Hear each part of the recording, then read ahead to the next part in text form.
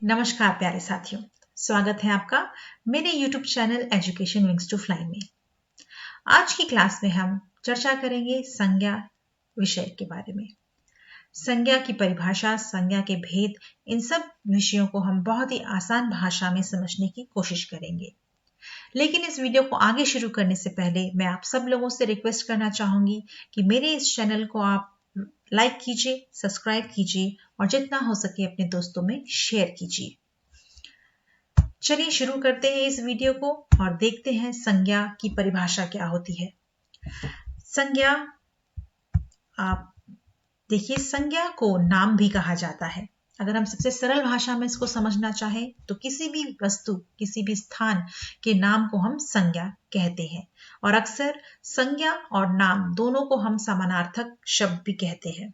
अब क्यों कहते हैं, चलिए जानते हैं कि संज्ञा और नाम शब्द को हम समानार्थक क्यों कहते हैं।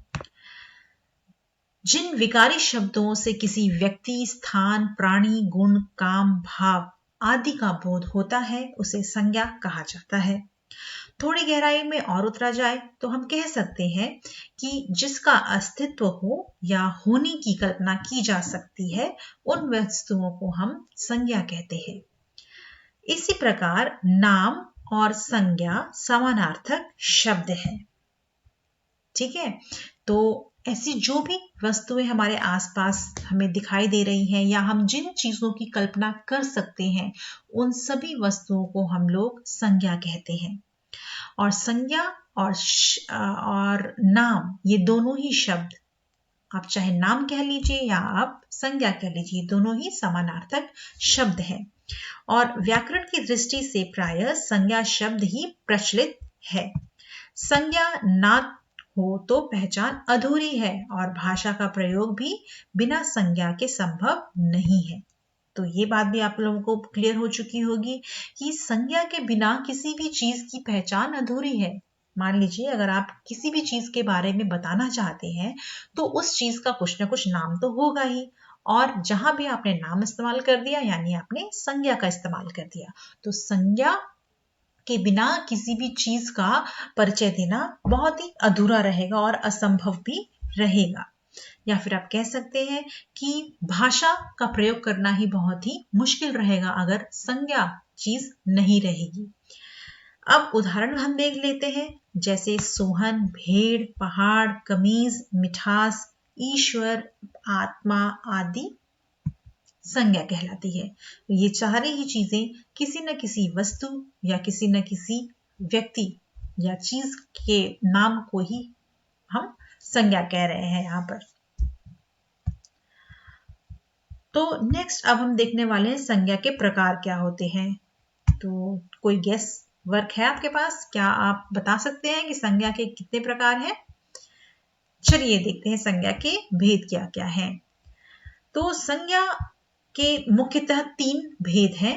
पहला है व्यक्तिवाचक संज्ञा, दूसरा है जातिवाचक संज्ञा, तीसरा है भाववाचक संज्ञा। तो अक्सर आपने किताबों में इन 3 भेदों के बारे में ही देखा होगा, लेकिन हम इसको थोड़ा और डिटेल में पढ़ेंगे तो हम देखेंगे जातिवाचक संज्ञा के 2 और प्रकार होते हैं, जिसमें द्रव्यवाचक संज्ञा भी होती है या फिर समूहवाचक संज्ञा भी होती है। तो चलिए एक एक करके इन सारी भेदों के बारे में हम चर्चा करेंगे। सबसे पहला है व्यक्तिवाचक संज्ञा। जैसा कि अभी हमने जाना, किसी भी वस्तु या किसी भी चीज, स्थान, व्यक्ति के नाम को हम संज्ञा कहते हैं। फिर ये व्यक्तिवाचक संज्ञा क्या होती है? चलिए हम एक एक करके इन सारे भेदों के बारे में चर्चा कर लेते हैं। सबसे पहले हम बात करेंगे व्यक्तिवाचक संज्ञा के बारे में। जिस संज्ञा से किसी विशेष व्यक्ति या वस्तु का बोध होता है उसे व्यक्तिवाचक संज्ञा कहा जाता है। ठीक है, व्यक्तिवाचक संज्ञा से किसी एक का ही बोध होता है और अनेक का नहीं।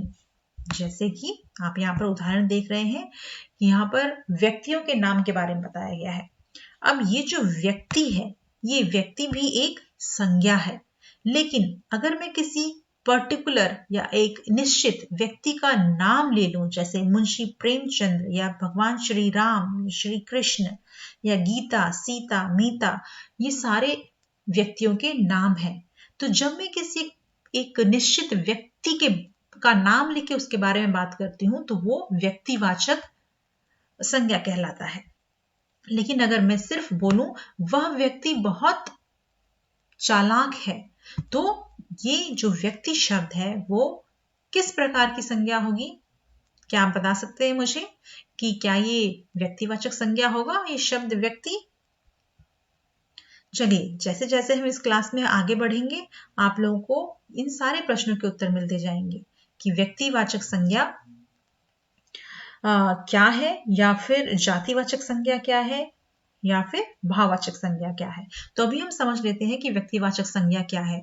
तो संज्ञा किसी भी वस्तु के नाम को कहा जाता है, लेकिन अगर उन नामों में भी अगर हम एक स्पेसिफिक नाम, एक निश्चित नाम के बारे में अगर हम बात कर लेते हैं तो वो व्यक्तिवाचक संज्ञा हो जाती है। जैसे कि मोहन बहुत ही अच्छा लड़का है, तो हम मोहन क्या है? एक व्यक्ति है, लेकिन उस व्यक्ति में भी हमसे पर्टिकुलरली हम उस मोहन के बारे में बात कर रहे हैं, तो मोहन एक व्यक्तिवाचक संज्ञा हो जाएगा। अगर हम दूसरा उदाहरण देखें, जैसे कि मैं अगर कहूं आम बहुत मीठे हैं, तो जो ये जो शब्द है आम, ये आम भी हमारा व्यक्तिवाचक संज्ञा हो जाएगा। क्यों हो जाएगा? क्योंकि आम क्या है? एक फल है, तो जो फल शब्द है वो जातिवाचक है, क्योंकि फलों की बहुत सारी जातियां हैं, बहुत सारे प्रकार हैं, जैसे आम, केला, अंगूर। तो अगर सिर्फ हम शब्द फल को लें तो ये हमारा जातिवाचक हो जाएगा। लेकिन इन फलों में भी मैंने एक पर्टिकुलर एक आम के फल के बारे में बात किया है, तो ये एक व्यक्तिवाचक संज्ञा होगा। चलिए देखते हैं और क्या क्या उदाहरण है हमारे पास व्यक्तिवाचक संज्ञा को लेकर। जैसे फलों के नाम, जैसे मैंने आपको बताया था कि फलों के नाम भी हमारे व्यक्तिवाचक संज्ञा हो गए। समाचार पत्रों के नाम हो गए। समाचार जो शब्द है वो जातिवाचक है, क्योंकि बहुत सारे तरह तरह के समाचार पत्र होते हैं। लेकिन जब हम बोले हिंदुस्तान टाइम्स अखबार बहुत अच्छा है, या मैंने आज नवभारत टाइम्स पढ़ा, तो हम एक पर्टिकुलर एक निश्चित अखबार का नाम ले रहे हैं, तो वो व्यक्तिवाचक संज्ञा हो जाएगा। नदियां भी हैं हमारी संज्ञा। अब किस तरह की संज्ञा है वो? नदियां हमारा जातिवाचक है, क्योंकि नदियां बहुत सारी होती हैं। लेकिन इन सब नदियों में अगर मैं बोलूं गंगा नदी बहुत पवित्र नदी है, तो जो गंगा नदी है वो हमारा व्यक्तिवाचक संज्ञा हो जाएगा। ठीक है, आई होप आपको ये टॉपिक अच्छे से समझ में आ गया होगा कि व्यक्तिवाचक संज्ञा क्या होता है। ठीक है, अब हम बात कर लेते हैं जातिवाचक संज्ञा के बारे में। तो जातिवाचक संज्ञा हमारा क्या कहता है, चलिए देख लेते हैं। जिस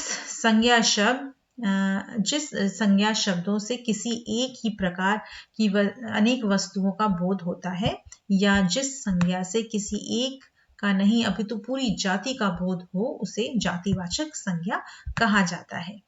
ठीक है, जैसे मैंने आपको इससे पहले भी उदाहरण दिया, फल जो है वो बहुत सारे फलों का समूह हमें बता रहा है। ठीक है, हम किसी एक पर्टिकुलर आम, अंगूर के बारे में बात नहीं कर रहे हैं, हम पूरे बहुत सारे समुदाय जो फलों के हैं, फलों का जो पूरा प्रजाति है उसके बारे में हम बात कर रहे हैं। वैसे ही वस्तुओं के नाम, जैसे कि किताबें हो गया, या चेयर हो गई, या घर हो गए। ठीक है, और भी बहुत सारे उदाहरण हैं। ये आप मुझे कमेंट बॉक्स में लिख के बताइए कि आपको क्या याद आ रहा है जातिवाचक संज्ञा के, और क्या क्या उदाहरण हो सकते हैं।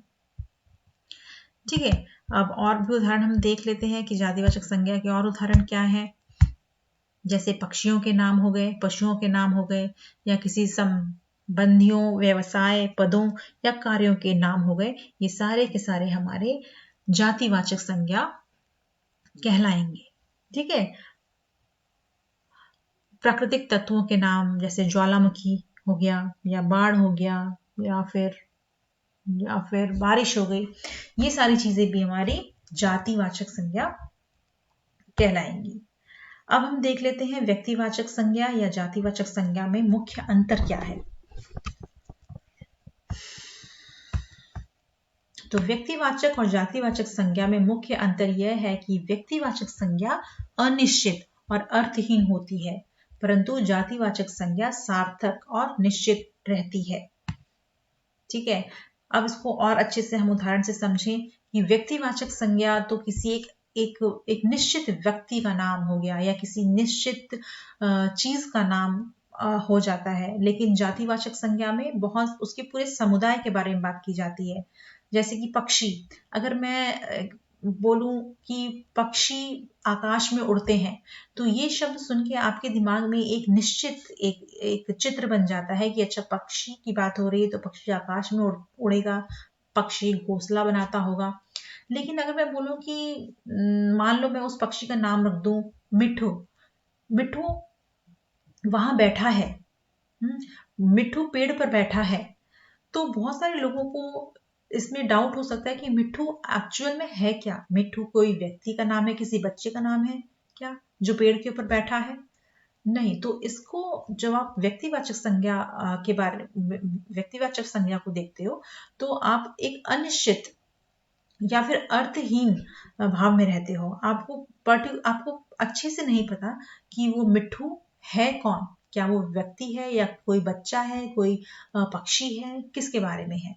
लेकिन जब आप बोलो कि मिट्ठू तोता पेड़ पर बैठा है, तो आपको तोता, जब आप शब्द सुनते हो तोता क्या है, जातिवाचक संज्ञा है, तो उससे आपको दिमाग में इमेज आ जाएगी कि हाँ ये हमारा कोई एक निश्चित पक्षी है जो पेड़ के ऊपर बैठा है।